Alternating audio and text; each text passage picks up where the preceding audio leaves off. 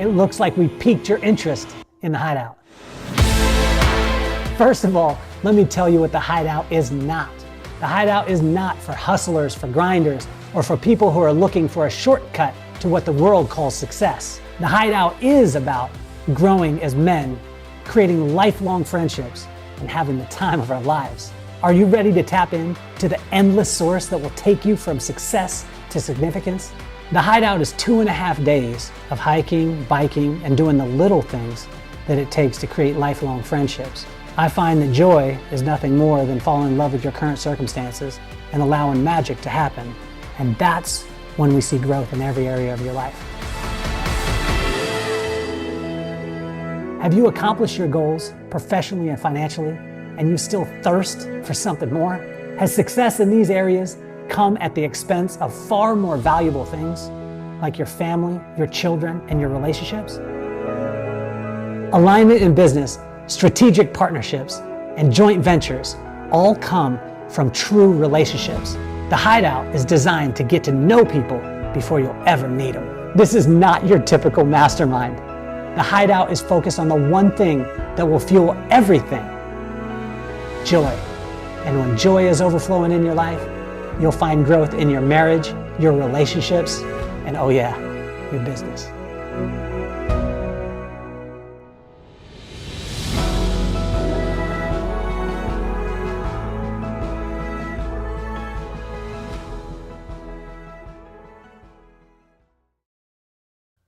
Welcome to the Kelly Cardenas podcast, where attitude is everything. On today's show, you're going to be your mind's going to be blown. You're going to have no more excuses in life. And whatever if you didn't get your coffee this morning, you're going to think that that's not that big of a deal, because this young lady makes everything not a big deal because what she has been through and what she's going through right now.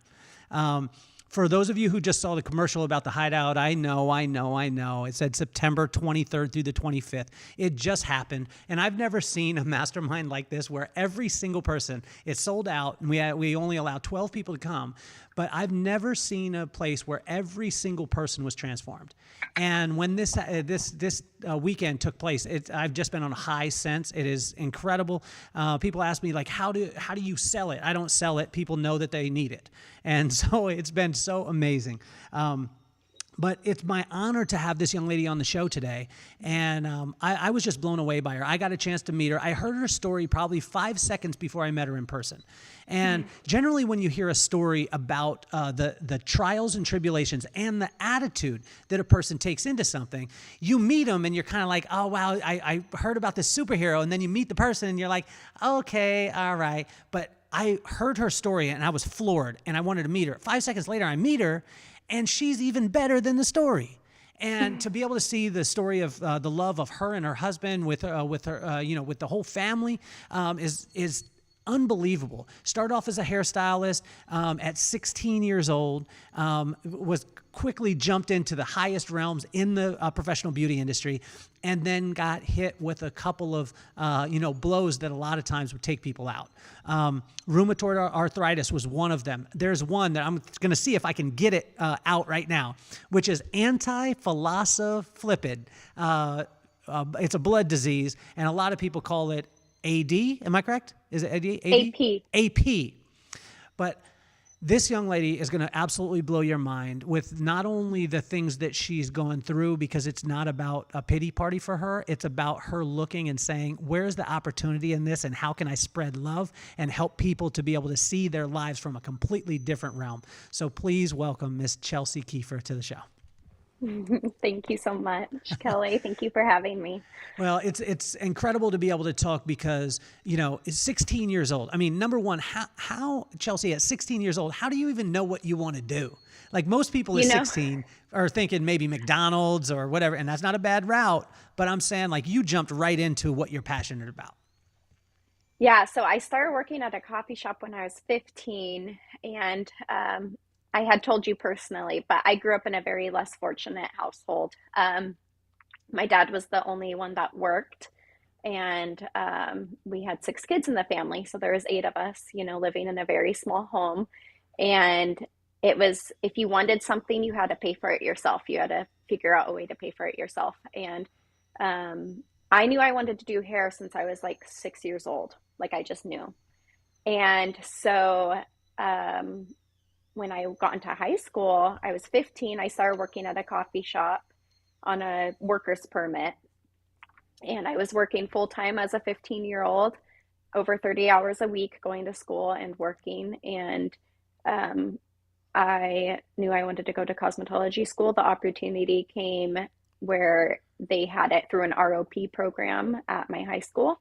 And I went to my dad and basically was like, this is what I want to do. My dad, of course, wanted me to do something bigger and better with my life. He wanted me to become a nurse or, something that was higher paying. And um, yeah, so, but I was just like, I just, even if I do end up becoming a nurse or, a better job that you expect me to have, at least I have this under my belt. Like, at least I have it. So that's how I kind of convinced him to let me do it. So he signed all the papers, paid, I think it was like $1,800 to do through the ROP program because you had to buy the kit and everything, which I feel bad saying because I know so many women who go to cosmetology school now and it's like 40 grand.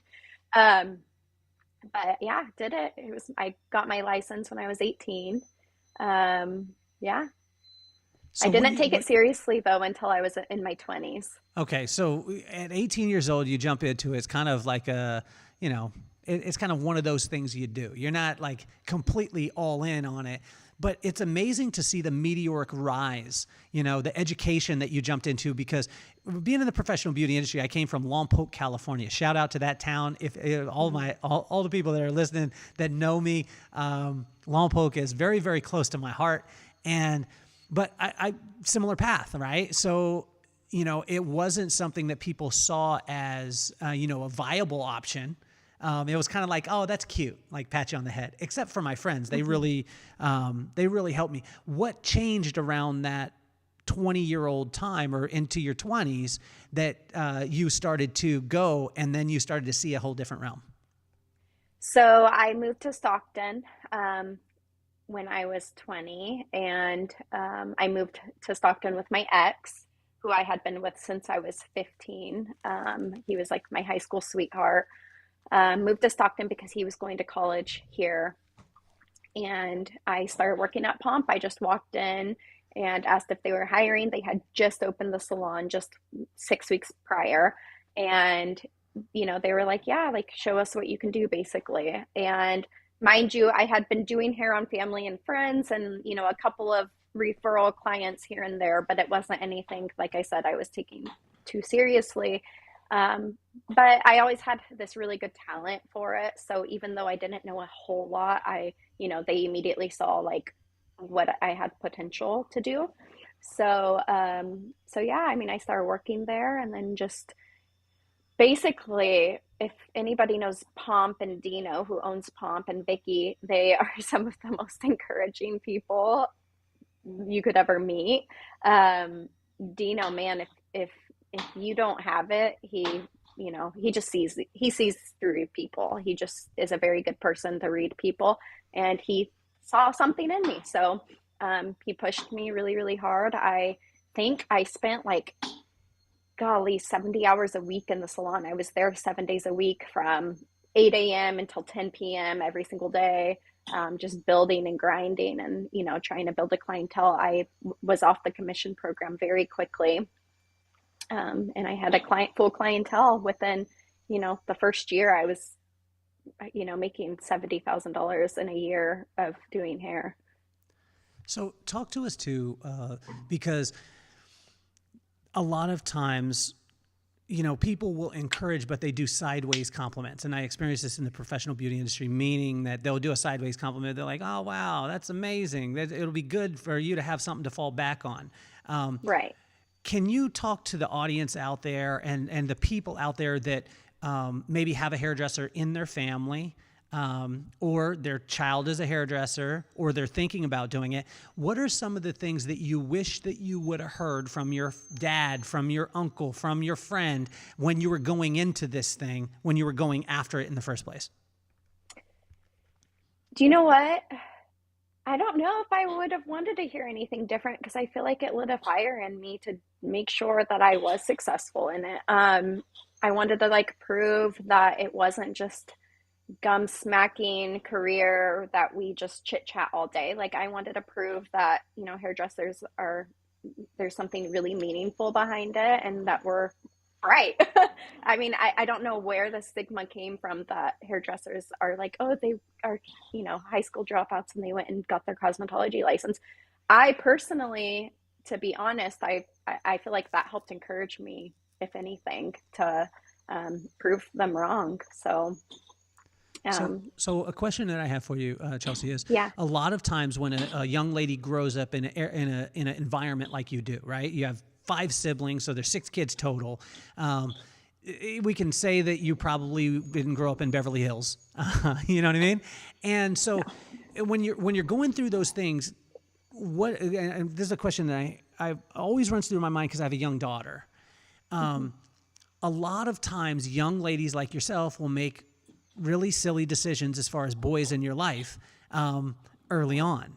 And what are some of the ways that we can circumvent that? Like as a dad, for all the dads out there listening, what can we do? How can we encourage our daughter? Or is there anything that we can do? Or are you guys just going to choose boneheaded dudes anyway when you're young? You know, that's another one. We learn. I feel like we do. I mean, obviously, you don't want to choose people who are super abusive and things like that, but um, it makes me appreciate my husband so much more because of the relationships I've had in the past. I thankfully never gotten into anything too crazy. I have some friends who are still almost in their 30s who are still trying to find the right person, and they have picked crazy, boneheads where I'm kind of like, what are you doing? But I'd say just, I mean, just be as supportive of a parent as possible for those, for those young girls because they need their dads. They need the advice and the hand held, of their dads to get them through those types of situations. And I'd say for the parents to, let them make some bad choices because really you learn. I mean, I'm so thankful and grateful that I learned in my earlier years. And here I am almost 30 and I'm happily married. And I can truly say that I'm happily married. I know a lot of people are like, oh, Instagram makes them look perfect. But I mean, I'll be honest, of course, my husband and I will have our ups and downs, but I'm happy. And I don't know that had I gone through the relationship that I went through prior, I don't know that I would appreciate my husband as much as I do. So, yeah. So what is it? I mean, help me from because I'm not a woman. I've been around women Yeah. for my whole entire career. But what is it like? I mean, when you even said that statement, like if you didn't have a little bit, I mean, you alluded to the fact that you had some boneheads, right? And you were like, they Hmm. weren't as much bonehead as some of my friends, but let's be real, they were still boneheads. And they Yeah. helped you to appreciate your husband. But on the flip side of it, when you have a nice guy, why is it that young women are like pass the nice dude by and then go for the dude who's gonna not treat them well? Like help a brother I out don't here. know.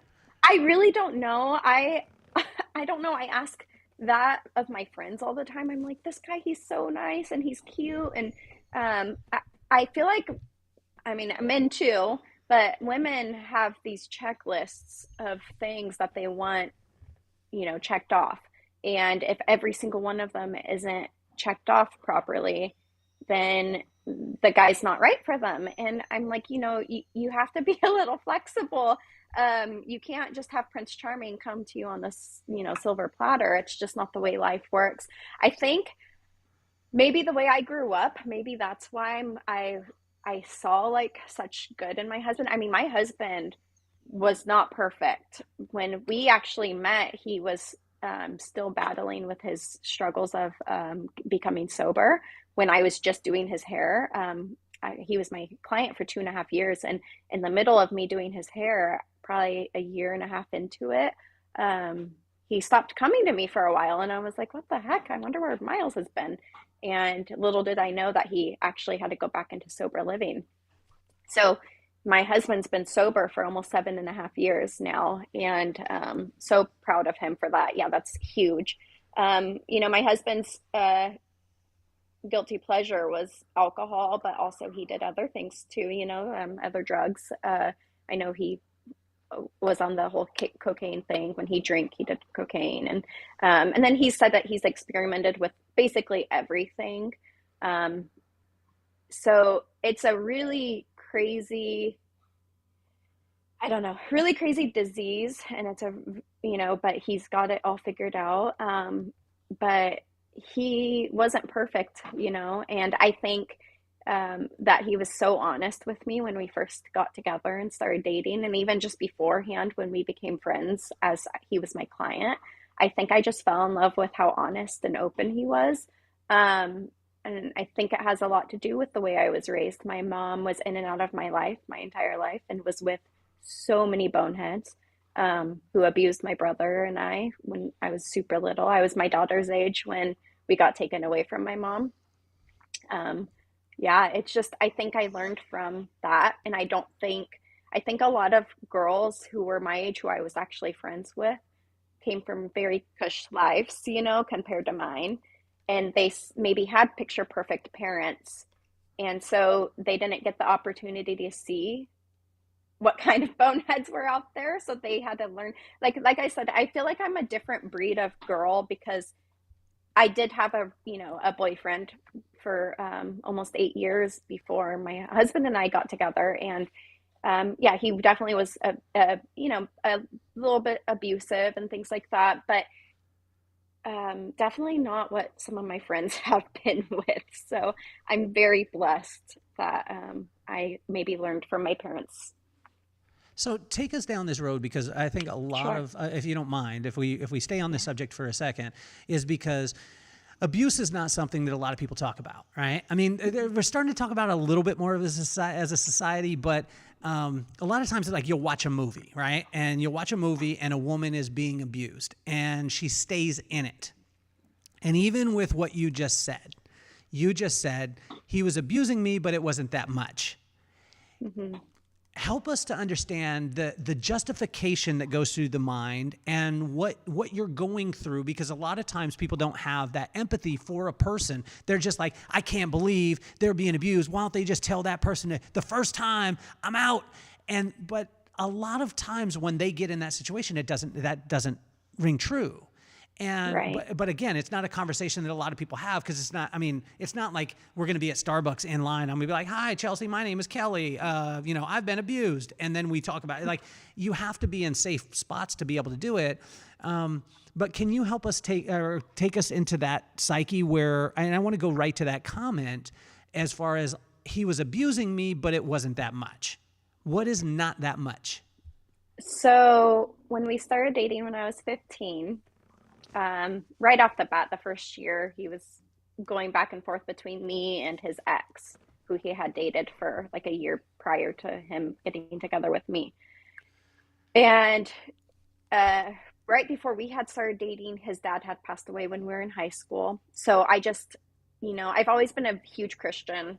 I've always gone to Sunday school Wednesdays. In the middle of the week, I'd always go to, um, Bible studies and then go to Sunday school on Sundays. So I've always been a good Christian and I have a big heart, and I've always wanted to see the better in people and give them, you know, second chance, third chance. I want to um, give them the benefit of the doubt, but also that led me to be a pushover.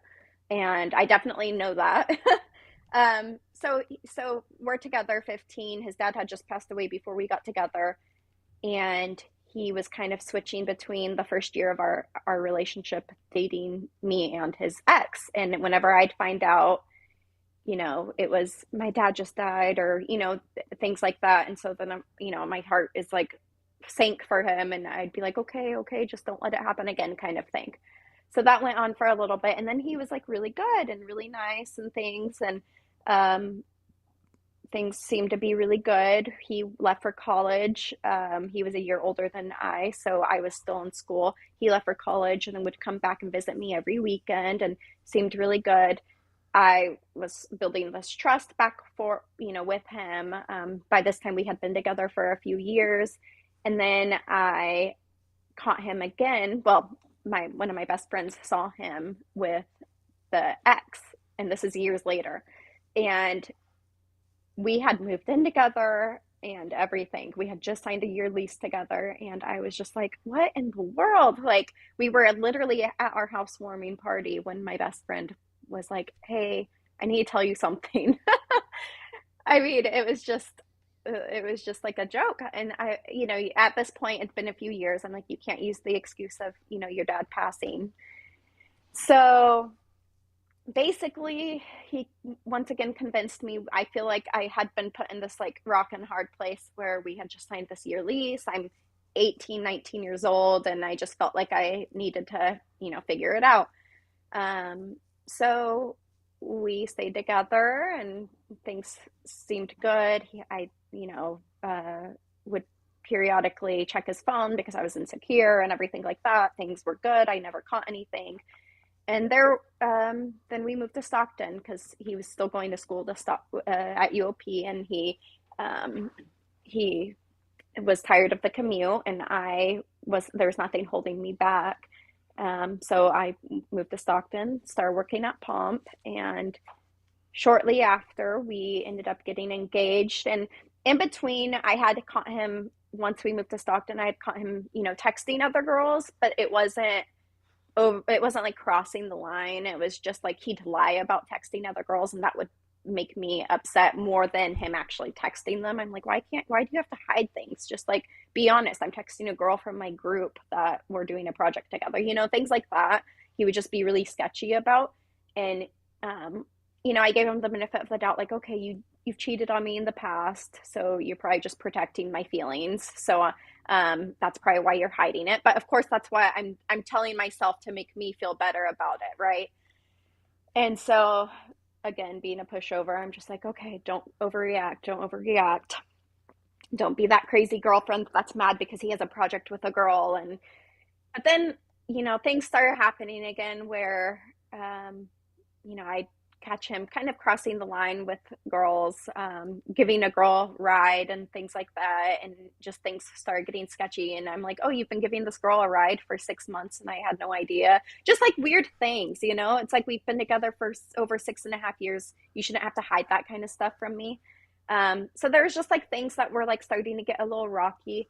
Well, he started experimenting, and he would never tell me straight up, but like, by this time I'm old enough to know things are getting sent to the house, and he's at the gym for 4 hours a day and he's doing steroids, but he never would tell me that he's doing them. But like, our sex life went completely, like, we went probably a year and a half without having any sort of intimacy. So we were like, I'm like, who is in their early 20s not, it just like didn't seem right. Something was definitely off. I found a pair of underwear in our spare bedroom, and I confronted him about it, and he said that they were his sister's, that when she spent the night, and I'm like, well, she spent the night in the other spare room, so that doesn't connect. And I would never go in that spare room, so I think it's something he knew.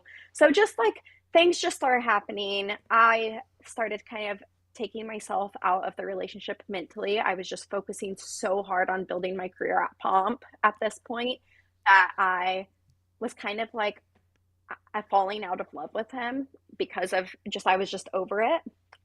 And I'm like, he's just never going to change. And, when we got together in high school, he was the scrawny, like kind of not nerdy, but kind of, and that's kind of like who I'm attracted to, are like the kind of like nerdier like guys. And then suddenly, like, we're getting into our 20s and he's just jacked and, got a big head, and he's, his ego's growing, and just like things just for me started to be not what I was attracted to in a person. He didn't believe in God, which is a huge thing for me. And that's had always been a struggle for me from the beginning, because obviously, well, I had found out I was pregnant, and we were living in Stockton. And this is one thing that turned me completely, like, I was like, this is not the man that I want to be, first of all, married to. Second of all, the father of my children one day. I took a test. We were at his mom's house, I remember, and I took a test. And I was hiding it from him because I was like so nervous. And we were literally just about ready to leave to head to the Bay Area to go visit his mom. And so I put the test in my purse so it can like take its whatever 4 minutes or whatever to read. And so I put it in my purse and we jump in the truck and we're leaving. And I kind of keep peeking in my purse. And, cheaters are really, if they're cheating, they're usually like overcompensating. They're like wanting to check your phone a lot and things like that. And so he was always like that. So he's like, why do you keep checking your phone? Like he was like really, and I'm like, I'm not checking my phone. I'm looking at something else. Well, what are you looking at? And I'm like, nothing. Like I didn't want to tell him yet. And I had seen it was positive. And I just didn't want to talk to him about it yet because I knew he would freak out. I just knew, and not in a good way. And so I'm just trying to hide it from him. And finally, he rips the test out of my hand. He like grabs my purse and rips the test out, and he's reading it as he's driving. And he rolls the window down, throws the test out the window, and starts driving so fast. I mean, I don't even know how fast. I thought we were gonna die. Over 100 miles an hour from all the way from Sonora to the Bay Area. And he calls his mom, and he's like, I need you to call a clinic and get Chelsey in. She needs an abortion. Like not talking to me the entire time. Not didn't Wow. he wouldn't talk to me. He wouldn't even hear me out. Wouldn't anything. Like it was. I just sat there like froze, praying to God that we make it there because he's driving so crazy. And I mean, the way he reacted, I just remember feeling so disgusted that I even was with him or like let myself be with somebody like that. Like, who doesn't even talk to you about something that's going on inside of your own body? And it's not like we just had a one night stand. Like, at this point, we had been together for like almost 7 years. It was right before we ended up getting engaged the last year we were together. And that was more so when he proposed, it was in front of friends and stuff. And I just felt like I couldn't say no. And I was already planning my escape before we were engaged. And I think he sensed that. And kind of, it was his like last Hell's Mary or whatever you call it in football to like keep me around. So anyway, after that situation with the whole baby thing, we go to the clinic. I get there, mind you, still hasn't talked to me about it. He like literally drags me into the clinic and I start just bleeding as soon as we walk in. I think the stress of it, I'm pretty sure I held my breath most of the way to the drive, but I just started bleeding. And I think I was about 8 weeks or so. And that's what the doctor had said too. But I don't know if it was the stress of the whole moment of that day or what, but I just immediately had a miscarriage that day. And so I didn't end up needing an abortion, which I personally wouldn't have gotten anyways. I would have just, figured it out on my own. But that was sort of, I think, definitely God's way of making sure that he was not going to have to be in my life. But I can't even believe I look back and I'm like, that right there, even though he wasn't physically hitting me, that was so abusive. Like if a man was with my daughter and treated her like that, like how sick. Mm-hmm. So physical abuse didn't start until about the last year we were together when we were engaged. Wow. And he was starting to get kind of pushy and shovey. There was this time we got in an argument and he never fully punched me or anything like that, but he was getting, definitely like chesty with me and would kind of grab me and things like that and push me. One time he pushed me and I kind of turned to get away from him and I hit the wall and got a little bit of a fat lip and went to work the next day. And this was my moment of, I got a little fat lip. No, he didn't punch me, but the whole thing happened because of the way he was grabbing me and kind of shoving me, and I was trying to get away from him. And that dawned on me. My dad was a sheriff growing up. He was hardly home because my dad and my stepmom did not get along at all. So my dad was always gone, always. And so that was really hard because my stepmom was not like the nicest. She definitely took us to the sports that we needed to be at and things like that. But my dad just was not around a lot. He kept the roof over our heads and kept, us fed. But it's one thing that I do look back and I just wish my dad would have been there a tiny bit more. But my dad, being his line of work, it just really dawned on me. I was like, I've heard stories like this, and I've heard how fast girl they stay and how fast it can go bad. And here I am, and what am I doing? What am I doing? So that was kind of the last straw, was that instant. He had broken my phone in another fight, and he wouldn't let me call anyone, and he basically like held me at the house. And when I told my dad that, my dad's like, he could have been arrested. Like, he basically kept you from leaving. He shattered your phone. There was just like things that were starting to get kind of scary. So when I say no, he wasn't that abusive as far as physically. Yes, it did get physical a little bit, but it was never full, closed fist punches. I never had like big black eyes or anything like that. That one mark on my lip, I went to work and somebody asked, "Oh, what happened to your lip?" And I made up a lie, and that was what hit me. I was like, I am stupid woman. Like, I'm making up a lie to protect this guy. And that's when I called my dad, because I hadn't told my family a thing. My family all loved him. And I was like, the moment I call my dad and my brothers and my brother-in-laws, because at this point my sisters are older and they're married, the moment I tell them, they will not let me go back to that house without coming back out with my stuff. So that was my out. That was the way I handled it. I was like, do you know what? I went and stayed in a hotel for like 5 days, called my family. My dad said, you get in a hotel, you go to work and only go back to the hotel. And this weekend we'll come and pick up all your stuff. And so that's what I did. And my ex, told me that he had trackers in the dogs, so I couldn't, if you take the dogs, I'll be able to find you and things like that. So I was scared of him. I didn't take our dogs, which were like my babies. We have 2 dogs.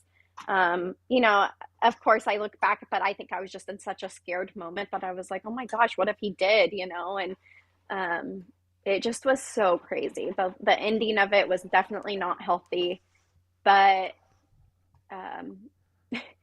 my husband is a huge Christian, especially after he got sober. That right there was a huge thing for me. Mm-hmm. And also my ex drank a lot, and my husband being sober. Yes, of course it's a disease, people having, addiction issues, and there's always the chance of him relapsing. But I have so much faith in him. He is such a good man that I just don't see that ever happening. Like, he just knows. He's like, no. It's like he always compares it to my disease. Like, what if you stop taking your medications? You would die. He's like, I literally cannot drink because it will kill me. Like, he just knows. So he's just different than the rest. So my husband's just amazing. But that was my relationship with my ex. It was a lot of weekends where he just focused on drinking. That's all he cared about was, what are we doing this weekend? We're drinking, we're getting wasted. And he would drink and drive with me, and I would never be able to feel like I could, get out or say, no, I don't want to go with you. I literally had instances where I was with my ex and he would vomit while driving, like that drunk. Wow. And I didn't feel like I could get out. He wouldn't let me get out even if I wanted to.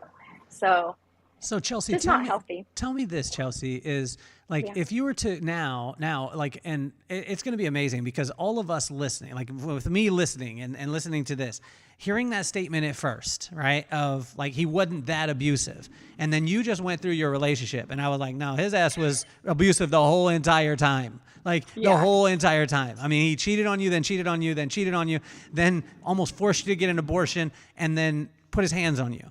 Like, to me, that's punishable by death. Like that's, I mean, I'm a father and, I'm very thankful for your dad being calm, cool, collective and getting you out of the situation.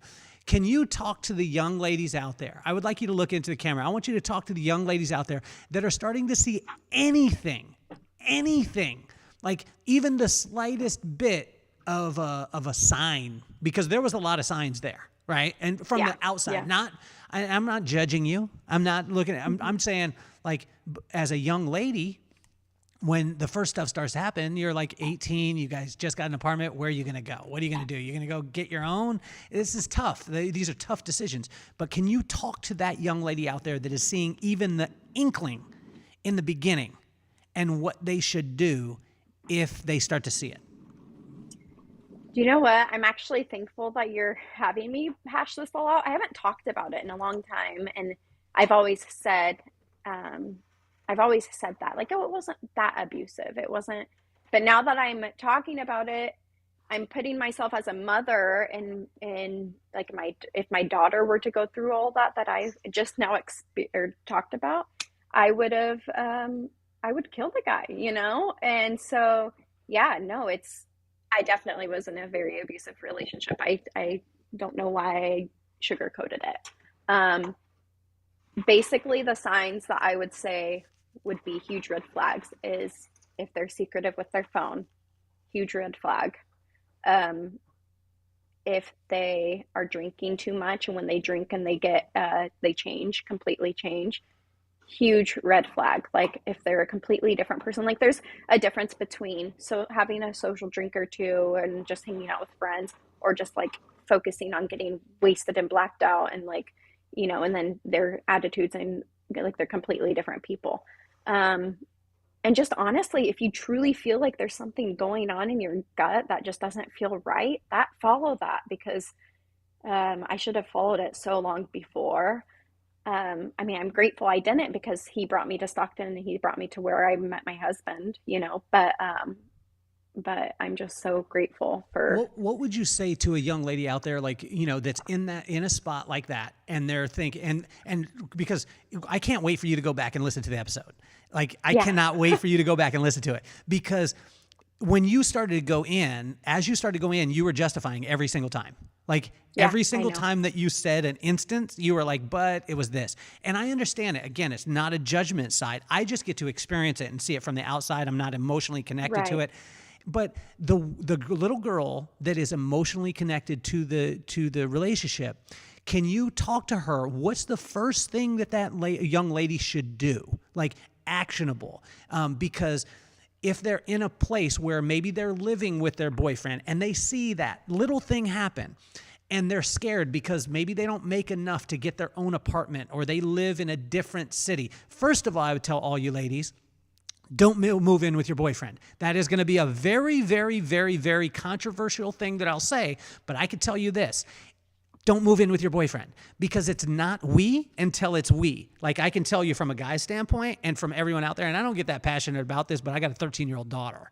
And so what would you say, Chelsey, would be the first actionable? Like, what should that girl do? Should she call who? Should she call her dad? Should she call her mom? Should she call the police? Should she call who to be able to start to get this thing rolling? Oh my gosh. Yeah, I can't wait to go back and listen to this either, because here I am, I'm thinking, I'm like, I'm not a pushover anymore. This is what therapy is for. I would call, yeah, whoever's the strong one in your family. Like my dad for me is that person that I can like go to, and my brothers. So I would call those people who will not let you change your mind, or who will not let you talk yourself out of, or try and convince yourself that it wasn't so bad, or things like that. Yeah, I would talk to the people who obviously love you the most, because they want the best for you. So those are the ones that I would immediately contact, and don't make excuses for the sons of a bees. Well, and when I get fiery about it, the reason why I say it is because, I grew up in abuse. I grew up Yeah. with abuse all around me, and I seen the stuff, and there was a lot of justification, and I understand it. There's times where like either I've taken abuse, or I've inflicted it and I've justified these things. And I just want every person out there, reach out to Chelsey though, too. Like, reach out and have a conversation with her, because she's been through it. Let's shift gears for a second here, because your attitude is so incredible, infectious. Your attitude, even in you talking about being abused, you were like, it's not that bad. I got a positive attitude about it. So Chelsey, talk to us about the dark side of having a positive attitude, right? And when I say this, I'll give you an example. My brother told me that my perseverance was sometimes my greatest weapon against myself. And I was like, well, what do you mean? I could push through anything. He said, yeah, but there's things that you try and push through that you need to step out of the ring and not take the beating.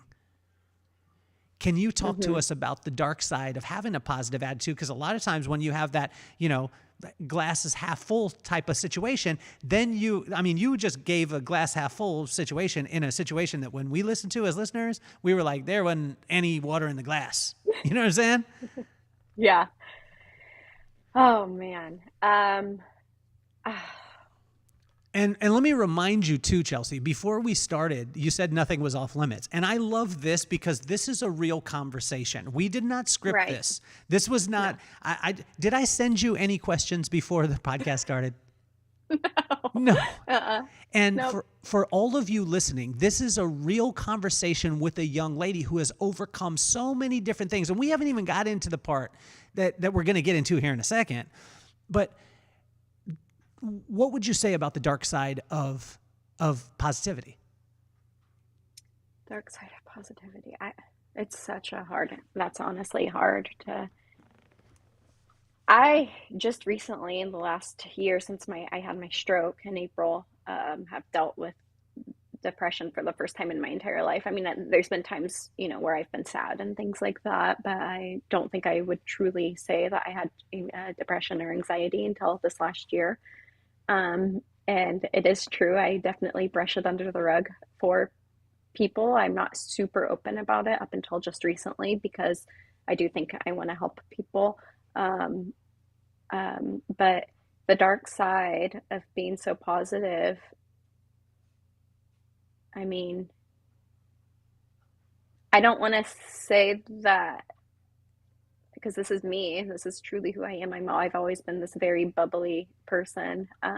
So it's not something that it's like this front that I'm putting on.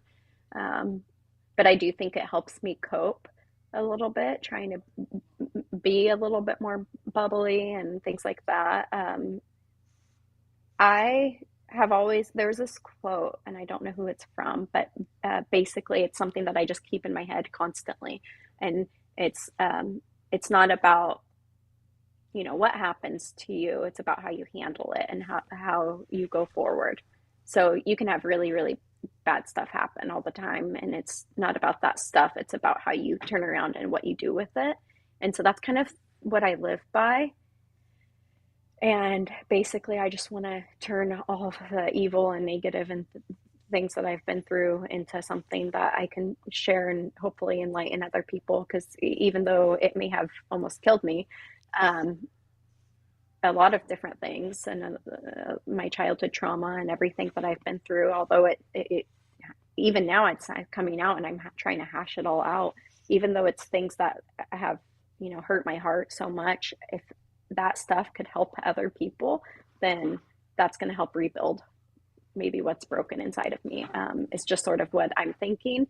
But it is dark. And to have to go back to some of these places, I just started seeing a therapist after my stroke. And I'm seeing a childhood trauma therapist because I did have so much childhood trauma.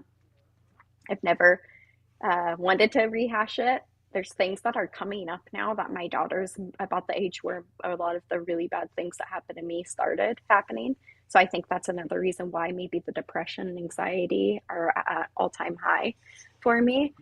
She's 4.5. She'll be 5 actually this month. Which is crazy. But I have a 5-year-old. But she's the age where that I was when I started having sexual abuse happen to me. And so, I didn't trust a lot of people for the longest time because both male and female, because when I was 4 is when I started getting molested by a woman. Do you remember, like at 4 years old, do you remember this stuff or did it go into this subconscious memory bank and then it pulled up later? No, that stuff I remember completely vividly. And that happened from the age of 4 to about 9.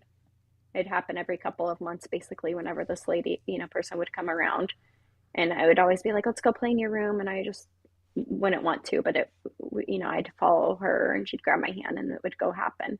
Um, and then when I was 10, I, at my aunt and uncle's wedding, got, and this is so sick too, because this is me again making excuses for somebody who abused me. But my great uncle, um, I'm like, oh, he was really, really drunk. It was at a wedding and he got really, really intoxicated.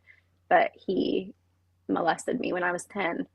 And that I remembered happening, but until I got just a few years ago, something, I don't know what it was, but something came up and I just suddenly remembered every detail. I remember him smelling like whiskey, like on his breath, and cigarettes. And I remember the dress, I remember wearing a blue dress that had like these layers of ruffles going down it. And I remember everything. I remember the feeling of like I was gonna vomit because I was so scared, like vomit coming up. Like I remember every detail. And I remember just freezing and just sitting there letting it happen. Um, so it's just weird how our brains work and how as you get older, either things, and I've learned for men or for guys, because my brother doesn't remember a lot of our childhood trauma, and I'll talk about it, and he's like, "Oh yeah, that did happen," because now I'm going to therapy. I'll like bring things up slowly or periodically, and I'm like, "How did you handle this? Like, why are you so okay?" And maybe I'm hurting him now, bringing it up because now he's remembering things, but he's like, "That never happened," and then I'll start talking about it, and his wife's like, holy cow, Bradley, like, why haven't you ever talked about this? And he's like, oh my gosh, you're right. That all did happen. Like he starts to remember it. So I don't know if it's a man thing where men brush those types of things, traumas under the rug and just like completely wash it out of their brain so that they can move on. But I remember everything. I remember things from when I was like 2 years old. I remember things, which I wish I didn't.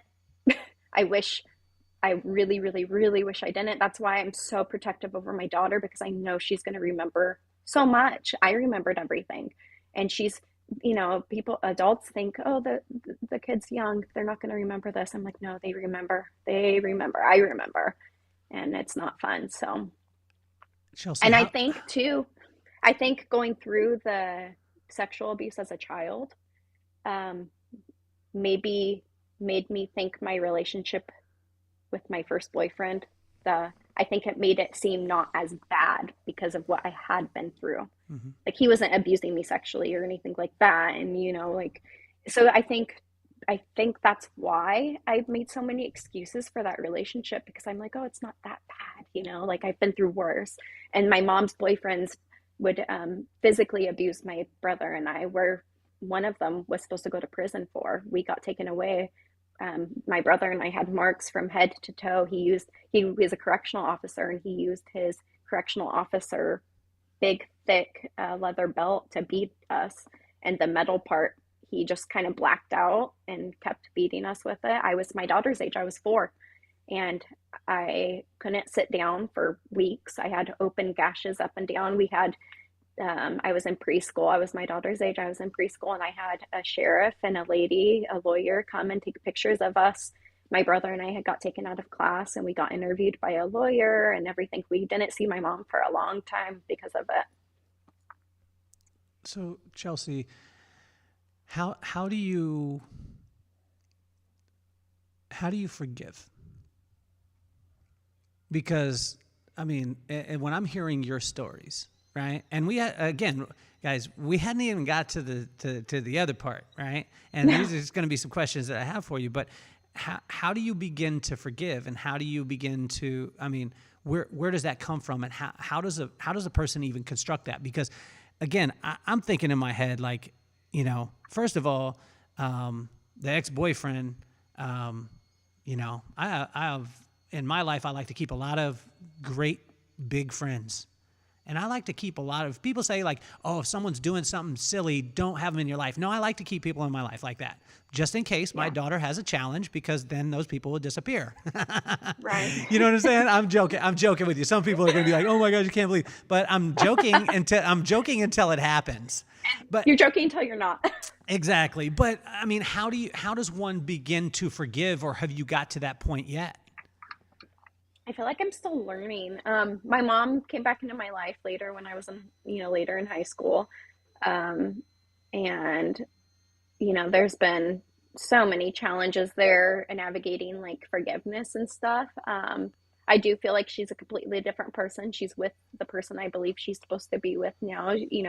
Um, and I didn't realize how much until just really recently, how much I always thought my dad was like, I don't know, the best person in the world, which I still think he is, of course. But now I look back from my childhood and I kind of I do have some sort of, what's the word? Why can't I think of the word? I'm having a brain fart. Resentment to my dad, just mainly because I feel like he wasn't happy in his marriage, so he threw himself into work, and I feel like that allowed us to not maybe be watched as well. Like, yeah, so there's like some sort of resentment there. I'm trying to like hash out, and my dad doesn't even know about that actually. So hopefully he doesn't watch those podcasts. Well, I'm gonna send it to him. I'm just kidding with you. So let's stay on that subject, because the forgiveness part and the grace part, right? You've talked about your relationship with the Lord, and it's almost, I mean, like, okay, you go through what you've gone through, and this is from physical and sexual abuse at a very early age. Then it happens again at 10, and I'm sure that there's other things. Then you get into some relationships. You get into the not so abusive relationship, right? And I'm not laughing. I'm not laughing at that. I'm just talking about the irony of the statement. Irony of it, yeah. Okay. Then we get to a point where you're almost forced to get an abortion. The stress is so large that you basically have you have a miscarriage right then, which is, I mean, a blessing, right? Mm-hmm. And you go through all these things, and then you find hairdressing, you start getting into it, you start, elevating at this level, and then lupus, rheumatoid arthritis, alpha, tell me it. Antiphospholipid syndrome. Antiphospholipid syndrome. Okay, I'm going to be petty here. If I was you, I would be mad at God, and you aren't. Like, you're this light and love, and you're this grace, and you want to share it with other people. A lot of people would be like, man, can't she get a break? How do you continue to do that? And how is it that you're not like in God's face, grabbing a hold of his shirt, being like, why don't you just give me a break, bro? Like, you know what I mean? Or if you see him as, sweet baby Jesus with wings, or however you see Jesus, you know what I mean? I like mine with wings, and I think he has a great personality and great humor. He has great humor, and he's sarcastic, and, he smacks me upside the head. He's like, boy, what are you doing? That's the kind of Jesus that I see. But like, what's your conversation with God like? Maybe on my really bad days when I have my lupus flare-ups and I can barely move, because that happens about once a month for like 3 or 4 days. I'm like bedridden when I'm having pretty bad flare-ups. But maybe those days I'm like, come on, like what is this? Like on my days where I feel really good, I'm just like so thankful that I'm not having a flare-up. So, but it's just, I definitely have those days. I don't want to sit here and pretend to be like, life's great, everything's great, I'm bubbling. And Chelsey, but the thing that I definitely forgot to mention is that you just had a stroke recently too. So Yeah. you're 29 years old, rheumatoid arthritis, lupus, antiphospholipid, got it? We've got this, and there's other things. Then on top of that, you have a stroke, and you have a 5-year-old daughter. I mean, Yeah, I mean, it's a lot. When I was in the rehab facility, I got, flown from the hospital here in Stockton when I was having the stroke to a stroke specialty hospital. I got metaflighted there. I was in their ICU for about 5 days, and then once I was stable, they put me down to like just the general uh, stroke stay. And I did a rehab there for about a week before they were able to get my insurance approved to send me to a long-term rehab. So I got transferred from that hospital to the Lodi Memorial Acute Rehab, which is where I did my therapy for the stroke. So I was on the floor with, there's probably about 8 other stroke patients, all over the age of 50. And most of them were men. There was only one other lady. And basically, when I was in there, what helped me get through was like actually just diving into TikTok and doing TikTok lives to kind of keep my mind busy. Even when I wasn't really even talking that well, Hold, because hold on. TikTok helped you out with a stroke. Like TikTok is universal then. I Like, know, I tell know. me how TikTok helped you. Like, and when I'm saying this, it's the irony. I'm not laughing like, ha ha ha, you had a I'm stroke. laughing.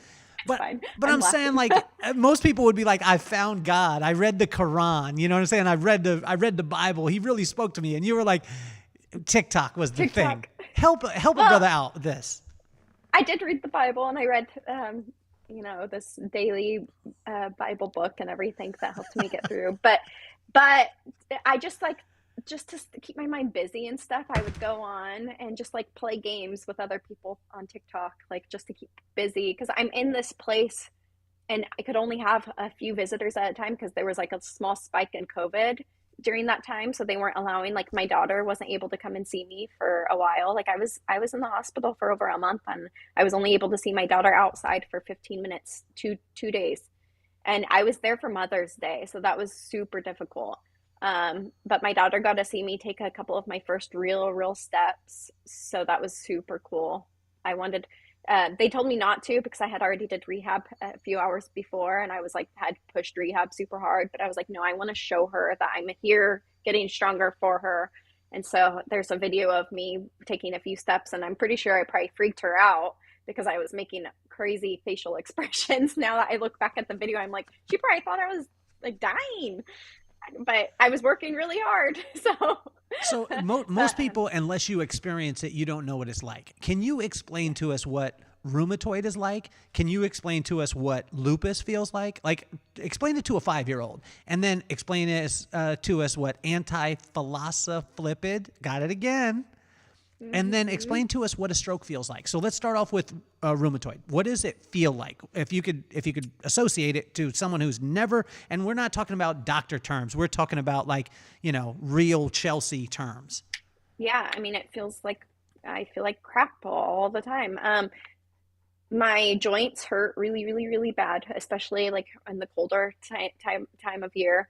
My doctors have all suggested that we move somewhere like Hawaii where it stays pretty general, like, but we can't afford that. Like, there's just no way if I'm not working, and making the income that I was making prior, there's just no way that we could afford to live somewhere like that.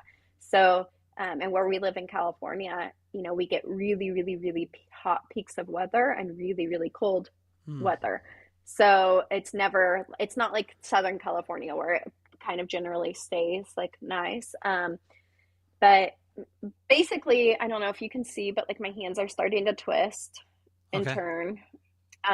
So I was gonna have to probably quit doing hair anyways, probably in my 40s because they're gonna want me to have like a hand surgery soon. Like you can see my pinkies Hmm. twisting. They're just everything's so very knobby. I have like tons of fluid in my joints. They said that all the last time I got my hands scanned, they said all but 2 fingers, so 8 fingers have hairline fractures in them, and that's just from them starting to twist. Um, which they were like, "Have you ever been in some sort of accident or anything?" And they said that's pretty progressive for my age with rheumatoid arthritis. So there's that with the, and just my joints, like my elbows, my shoulders, everything cracks, everything pops, everything's just very tender, especially when it's cold. So gloves are my best friend. Even if it's 70 degrees outside, I'm putting leather gloves on. Mm. I'm, we went to my daughter's soccer game the other morning and I was dressed like it was like 40 degrees. And I'm like, people are going to think I'm from like somewhere, like they're going to think I'm from like, somewhere where it's really hot because it was already like 80 degrees and I'm like, ooh, like bundled up. It was super funny. But just the way it is, it's progressing every couple of months. It feels like it's getting a little worse. Lupus feels like uh, it feels like hell, to be honest. A lot of people have it in different ways. I have it where it can affect my kidneys and my liver and my heart and my lungs. So, major organs. It makes me feel like, and my brain, I have seizures and I have had seizures since I was young and I never knew why. I was in high school when I started having them and it's all connected to lupus. We just didn't know until I got diagnosed with lupus. Um, and it just feels like hell. It feels like I have a really bad flu about 3 weeks out of the month. Mm. I mean, I have my days where it's a lot worse, but I basically get a fever, a low grade fever. So like 99.5 to like 100.2 to 100.4 when I'm having my flare ups. And that's just basically my body reacting to the flare up. So I can always tell if I'm having a flare up if I take my temperature. Um, and just very achy, feel like I got whiplash, feel um, sometimes it hurts to take a deep breath. It hurts my lungs or my chest when I'm having a bad flare up. Very, very, very fatigued. Um, just feel like you have a flu constantly that you can't get rid of. There's no medicine for it. I can take Tylenol. I can't take ibuprofen because of all the blood thinner I'm on because it doesn't act well with it. And it's unfortunate because ibuprofen's the only thing that for me takes like the edge off of pain. I personally don't feel comfortable taking pain meds that are stronger than like Tylenol. So I just try and deal with it. Mainly because my mom had kind of issues with pills. So I just don't feel good about that. So Tylenol it is, and I just try and stay up on it, but also, drink lots of water and do things to like kind of flush my system, green teas and things like that is what I've been trying to do. Hair loss, I've been having chunks of hair falling out the last couple of weeks, actually. So I'm like looking at those pixies, don't look too bad right now for me. But yeah, just things. What about Things are the crazy. anti-phospholipid? Did you feel that, or they found that was a lot of the cause of the things that were happening? So last year, over a year ago, last August, I had a small little accident where I was buckling my daughter in her car seat, and we had just gotten our truck, months before, and I wasn't used to. It's not lifted or anything, but it's just like a typical diesel truck. It's just a few feet off the ground. And I slipped off the step after I buckled her in and fell back, and I dislocated my right shoulder. And when I did that, I told my husband, I'm like, I definitely dislocated it. Like, there's just no way I didn't. He takes me to the hospital. The doctor is like, once I get checked in, she's like, you definitely didn't dislocate it. If you dislocated it, you'd be freaking out right now. So I'm like, okay, well, definitely something's wrong because it feels, awful. Sat there for 6 hours, got told I dislocated it after they did an x-ray.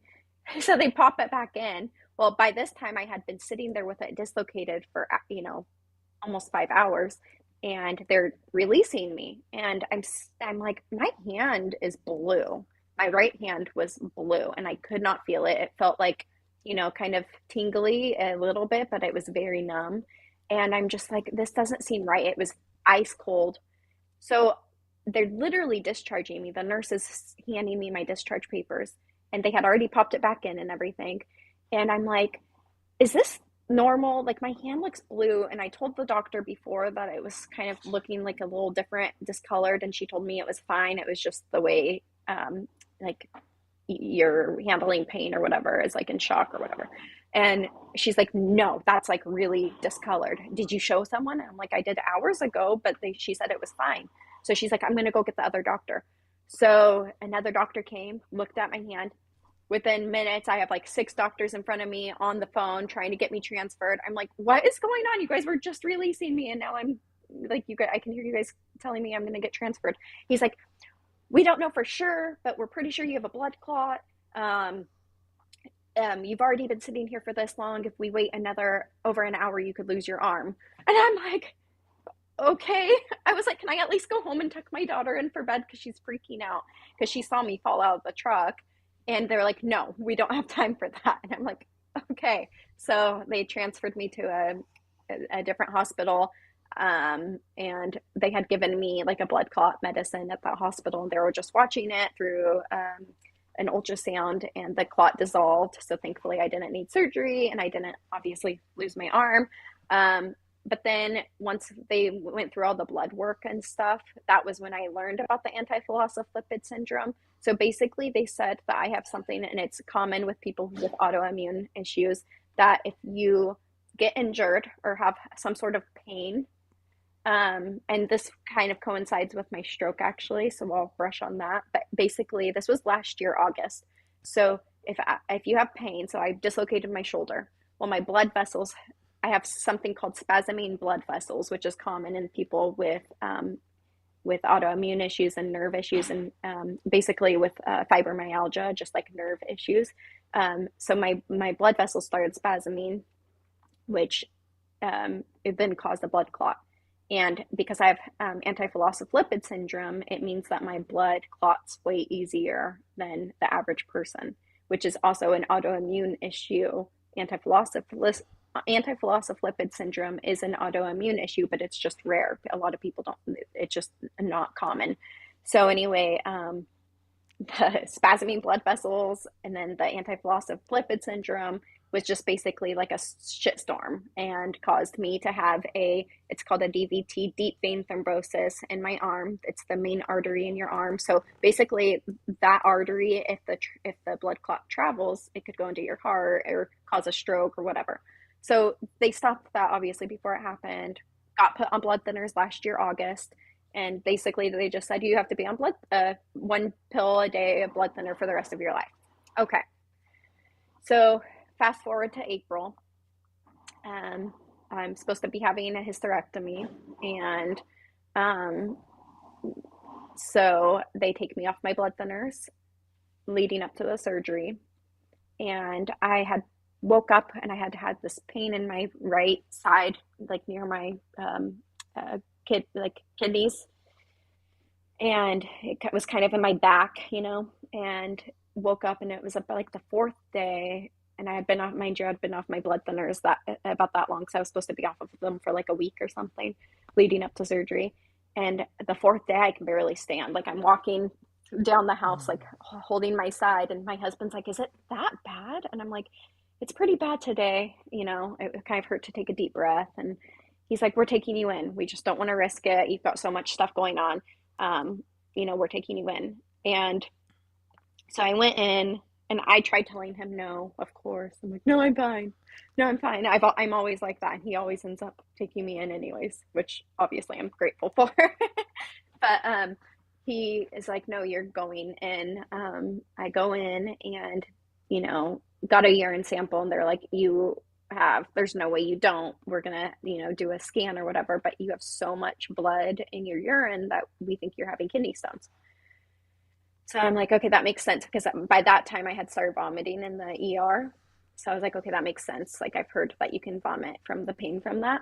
So I'm waiting to go get a scan, and the lady comes and takes me back, the radiologist tech or whatever. And she's like, okay, I just have to clean this room, but wait in this waiting room, and I'll come and get you to do the scan to just confirm that you're having, kidney stones.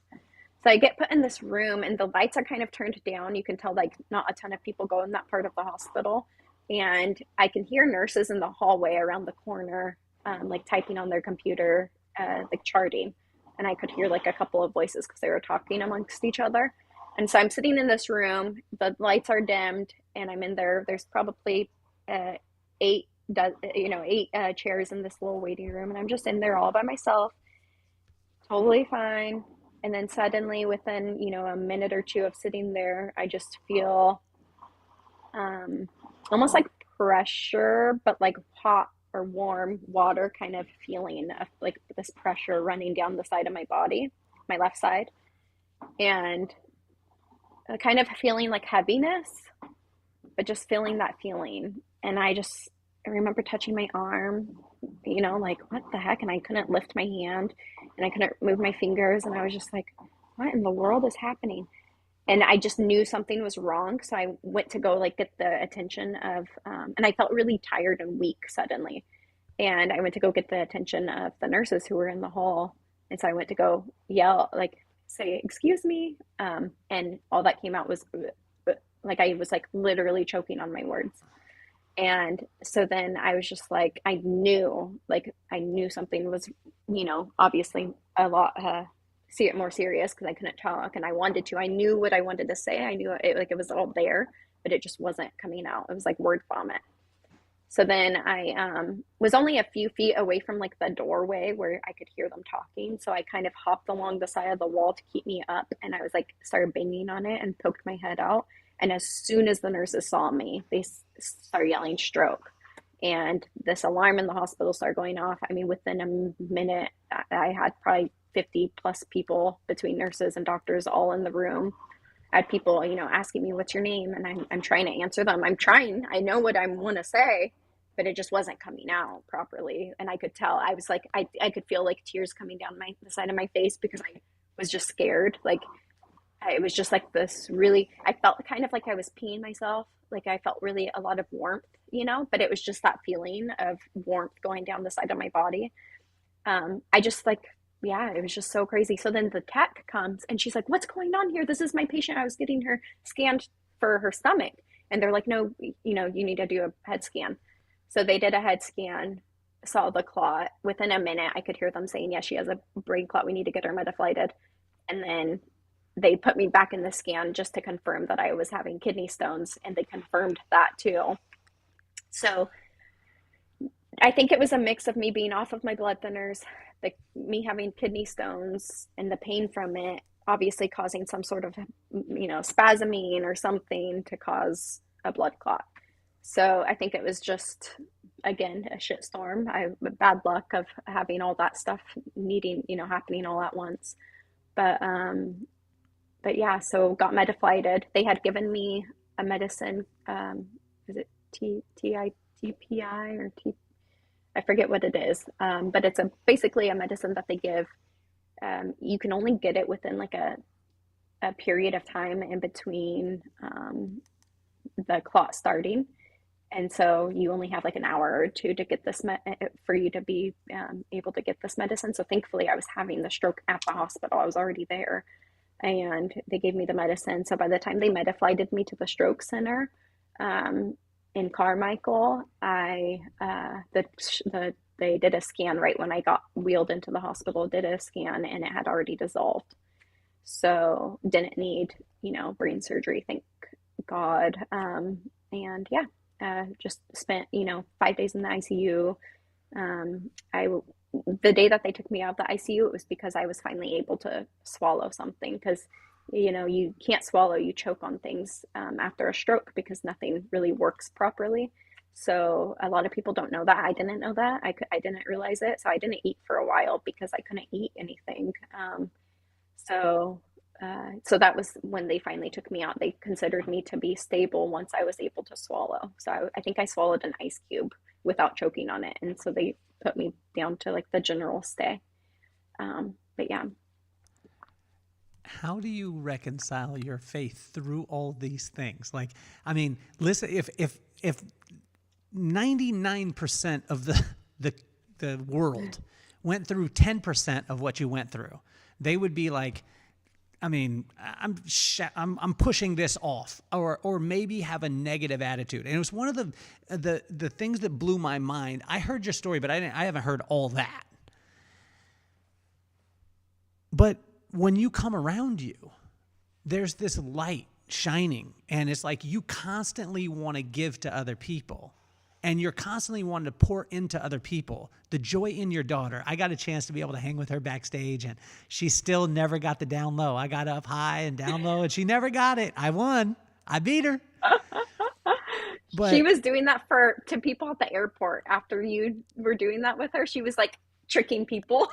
I It was loved it. so funny. But and to see the joy, and even see the joy and the light in your face today, and it's like you can't fake that kind of stuff. Help us to understand, like take us down that road. Like, how does one reconcile? Because some people are like, I lost my job, forget God, I'm out.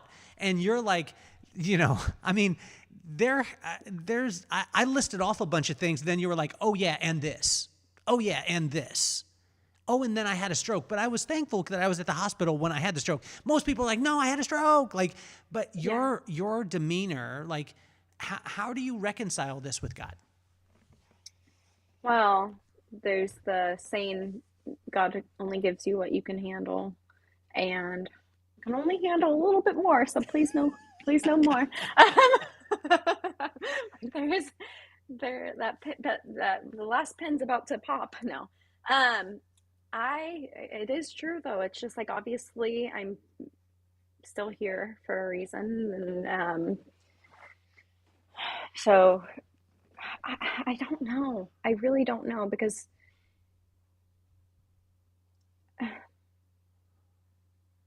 I don't know. I don't want to get emotional. Well, we're going to get emotional. You already talked about, I mean, hell, like everybody that's listening to you right now is emotional anyway. So let's go this way. If God's in the room right now, okay, he walks into the room. I don't know what he looks like to you, but I've got a vision of what he looks like to me. He's pretty funny. Like I said, he smacks me all the time. I actually, it looks a lot like my dad, like my pop. Like my pop is like, boy, you need to, you need to shape up, and he has God to me that has that type of voice too. Like, boy, what are you doing? You know what I mean? So whatever God looks like to you, and he rolls into the room, right? He actually pops on this podcast and he goes right in between because he would be the center of attention. And he sits down with you, looks you dead in your eyes, and says, Chelsey, I've got 3 minutes. You could ask me anything. What would you ask him?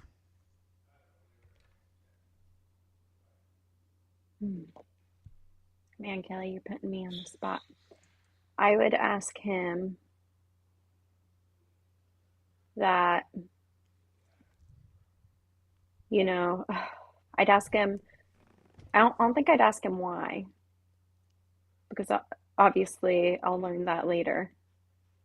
And, it's not fair to ask why things happen to you. They just do, and they're lessons, and you have to take from that and grow from it. So I wouldn't ask him why, but I would ask him that if anything were to happen to me where God thought it was my time to go, that he would just,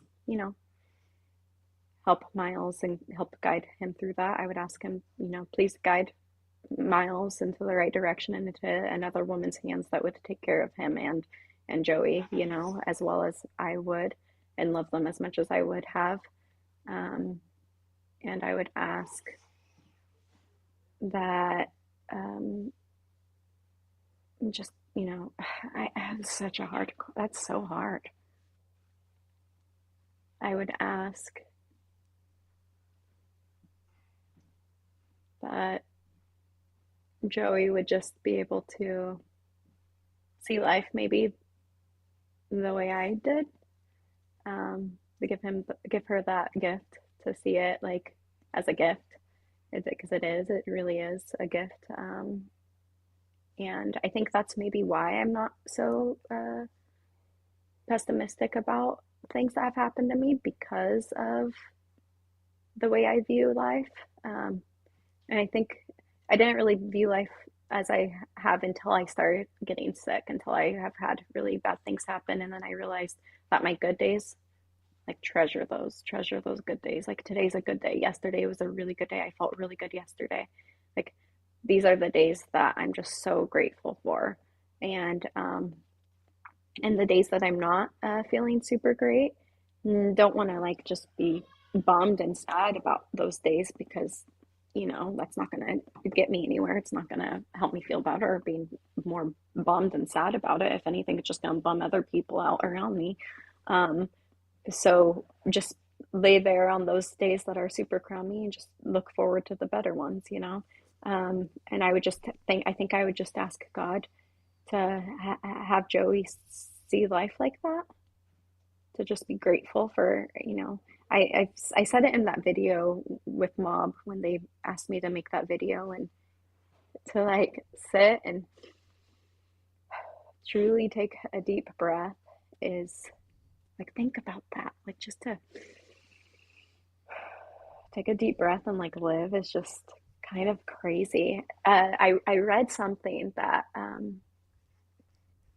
what was it? It was, I wish you know what? We're gonna have to do another podcast just so that I can talk about this because I think it's really important for people to hear. But it, it's like, what? It was 1 in something billion chances of you to be conceived are the, like, it was like something like that. Like because there's so many eggs in an ovary and like thousands and thousands and thousands of hundreds of thousands of eggs.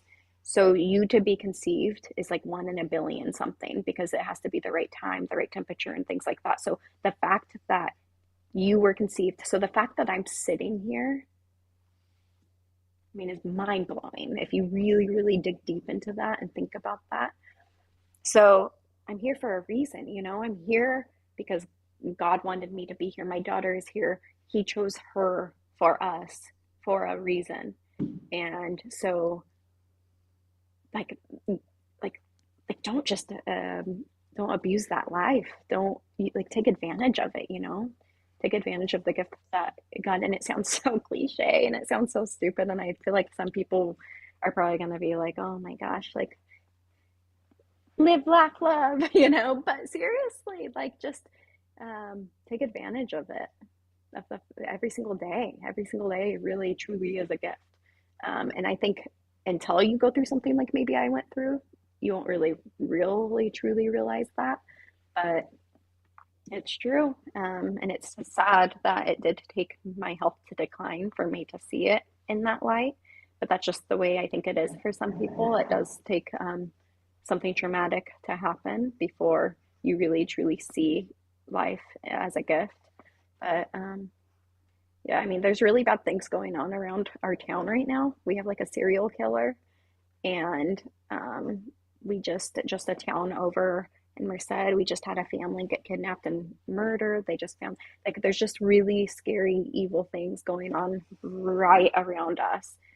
And it's making me, even just yesterday reading the article where they found the family that had been kidnapped, it's just really truly making me even more grateful for the fact that I just have to deal with a couple of diseases. Like, yeah, they're never going to be curable until, scientists figure out a cure. But they're manageable, and yeah, feel crummy sometimes, but I'm grateful for just being here and being able to wake up every single day next to my husband and my daughter. It's just like, oh, thank God for that, So, just, I think more gratitude, more gratefulness around the world could help out a lot if people just really, really realized that they're really supposed to be here. There's a reason for you, each and every one of you, to be here. I don't know why. I don't know why I got chosen to be here, but we did. And so just take advantage of that. Don't take it for granted. I think that would be maybe the best way that I can describe my my attitude towards life. Well, if you're listening out there, and I know that there's a guy named Mike Berkowitz. Mike Berkowitz, you know who you are. And you will have listened to this because I will force you to, and I'm going to text this episode to you if you haven't listened to the whole thing, and I'm going to make you listen to this whole thing.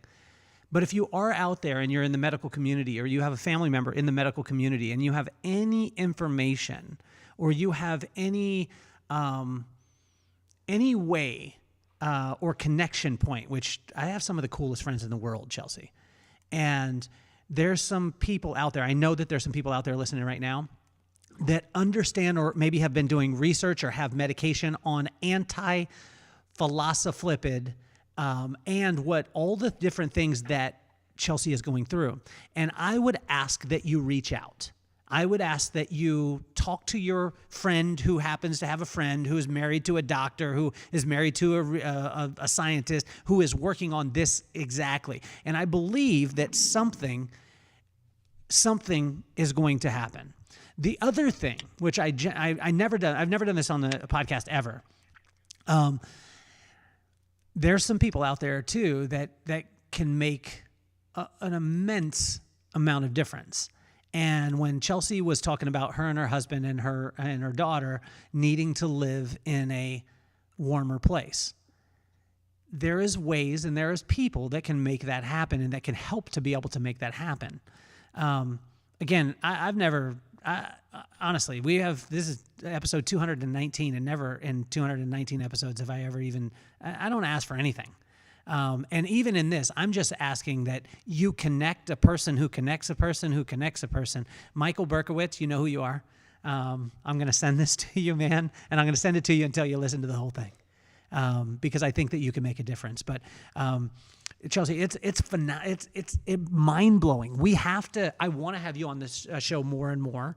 I would love to. Yeah. Well, because I think that there's so many people out there that, and can you talk to them that, and I'm not trivializing any challenges that a person is having, but there is a person today that is like, I cannot believe my barista at Starbucks gave me the wrong tea when I have been going there for 10 years. I can't believe that I was posting on Instagram today and I only got 200 views when I used to get 10,000. Right.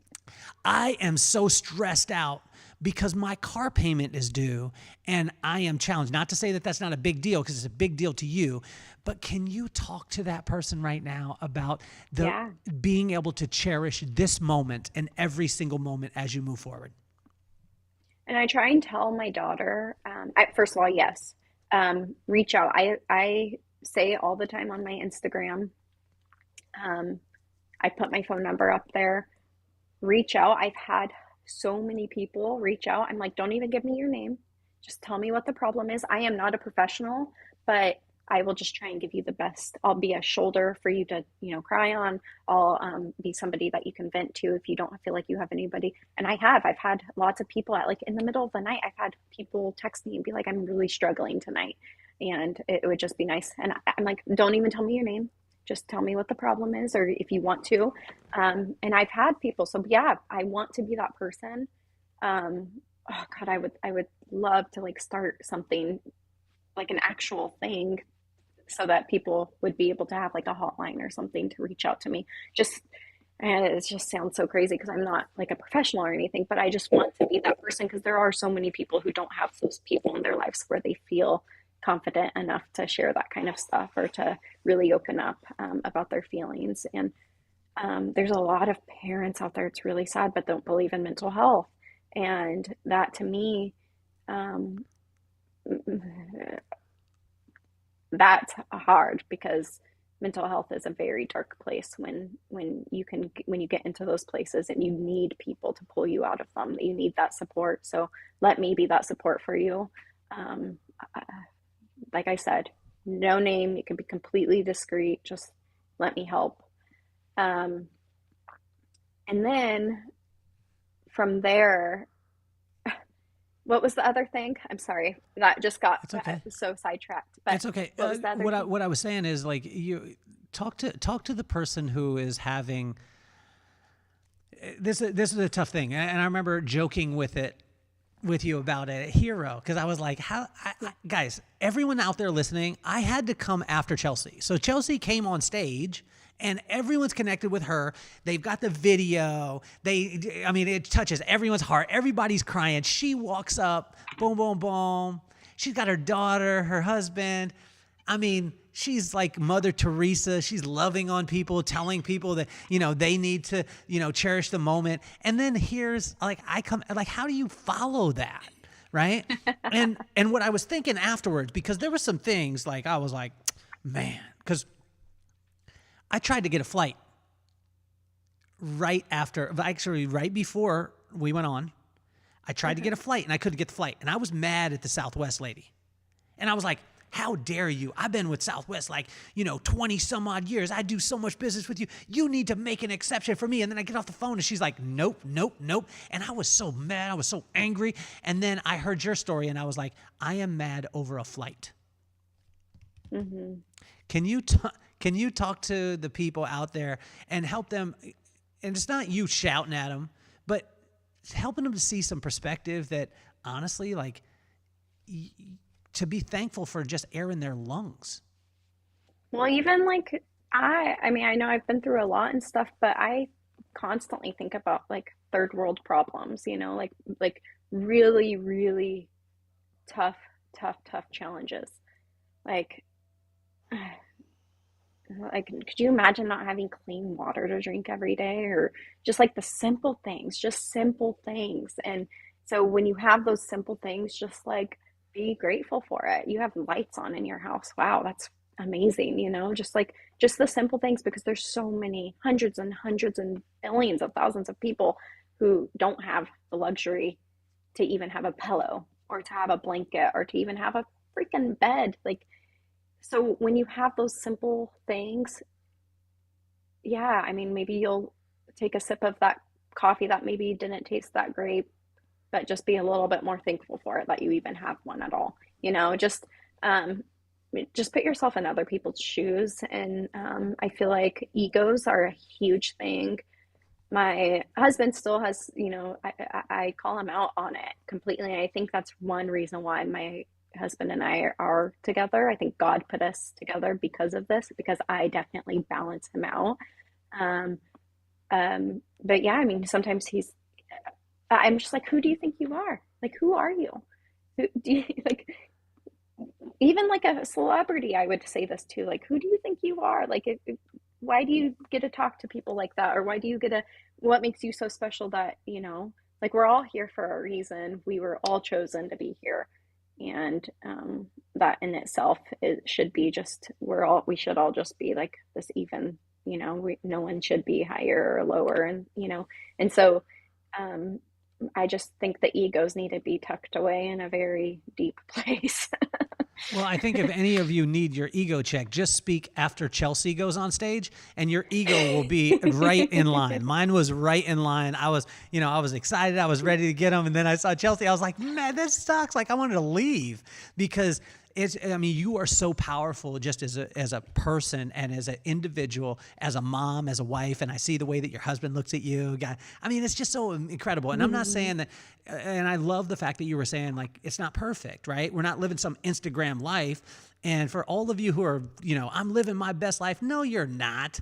No, you're not. There are things that you get mad at and you're sad and you have these challenges. And I wish that more people would be like you, Chelsey, and show the real side of who they are. Let me ask you this. So you're on, this, I don't even know if I can ask this question because I see you smiling, right? But I want to go to this place. Okay. I got a chance to spend the last couple of days with my pop. He passed away December 19th, right? December 19th last year. And I got to spend a couple of the last couple of days with him. I wasn't there when he actually passed, but I was there probably 4 days before he passed. And I just got to chat with him. He told me about cars. He told me about one car because he would always talk about cars. He told me about cars that he had never, but there was a couple things that he told me. He said, son, I'll always be with you. I will always, because I said, Pop, I'm going to miss you, man. I'm going to miss you, dude. Mm-hmm. You're my guy. And he's like, son, I'll always be with you. I'll walk with you every single day. And, it was massive. And the things that he let me know of, he also let me know not to wish him back. Don't wish me back. When I go, I'm ready.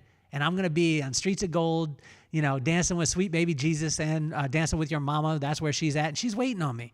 So please don't wish me back, boy. That's how he was like, don't wish me back, boy. Mm-hmm. Let's put Chelsey in that bed. Okay. Let's put Joey and your husband. What's your husband's name? Miles. They're in the room. Okay. You got 3 things to tell them, and then you're going to dance on Streets of Gold. And once you say the three things, you're done.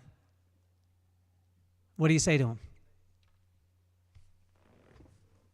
I'll love you forever, no matter what, no matter where I be. And I'm sorry, we're having housework done. They're on the side of the house now, so I don't know if you can hear that banging. And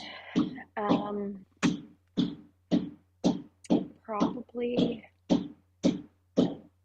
yeah, just same thing. Like, know that I'll be right with you no matter what, always. In your dreams, that's me coming to visit. And third thing would be,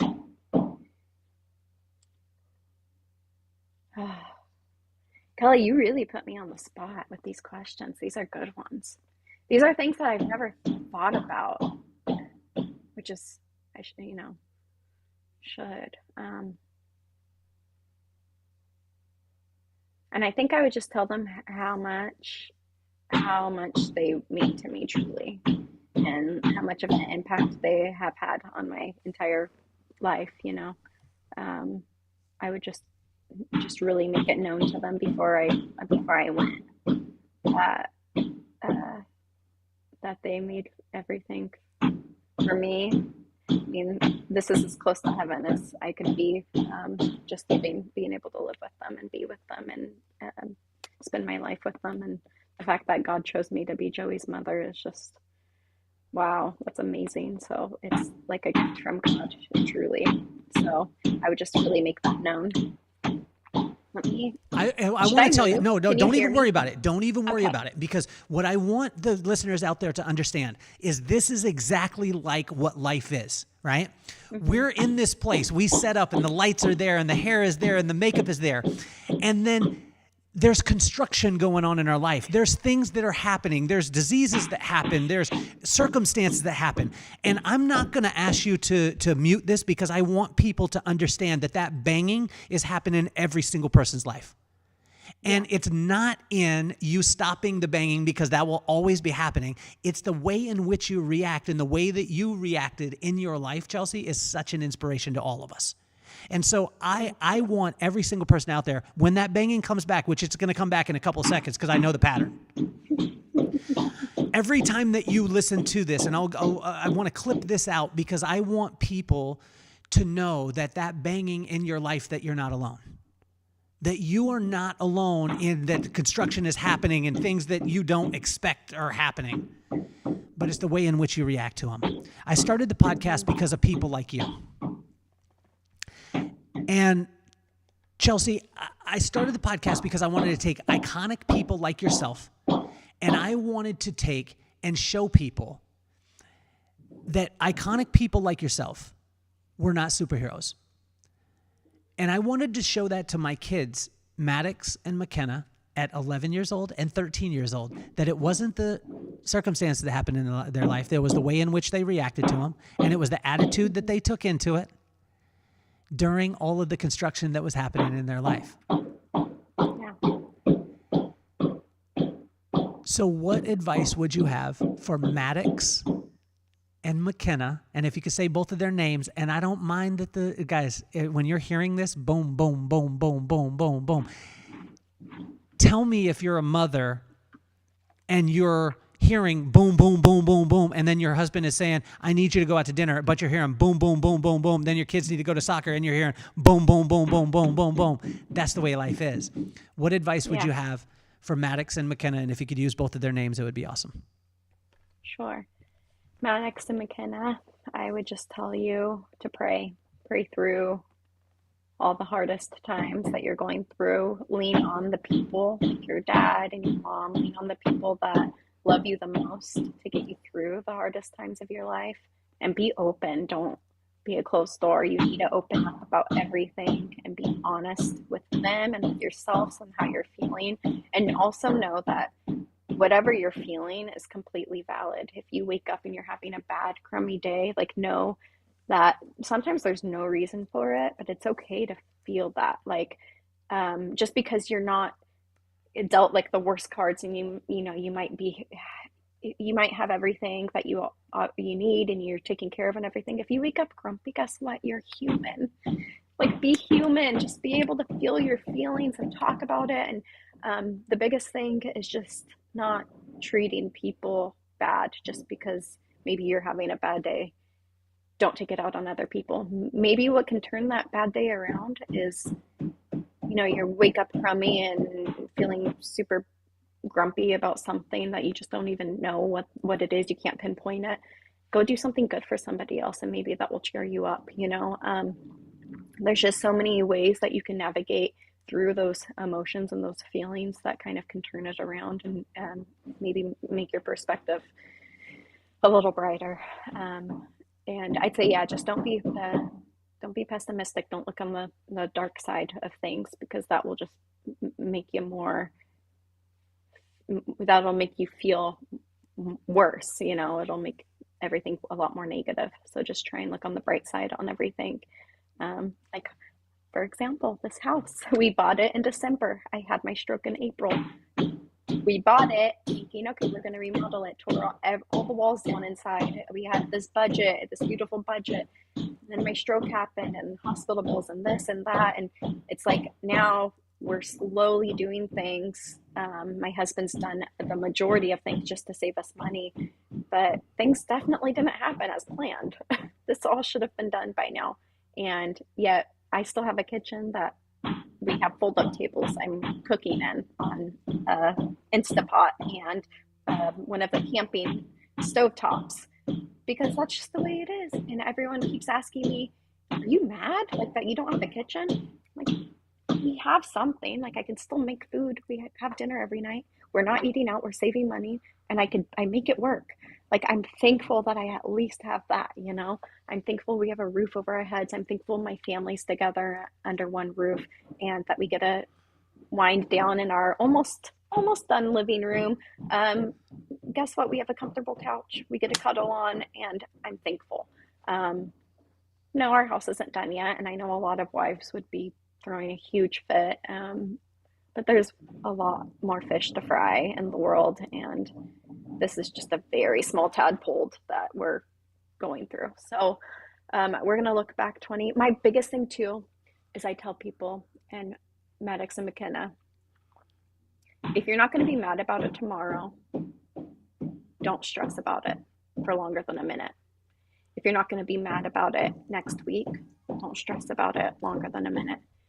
There are fights, and I think this is, I definitely pick my fights with my husband. Everybody has fights. We're married and we live together and we're best friends, but also we can dislike each other at times.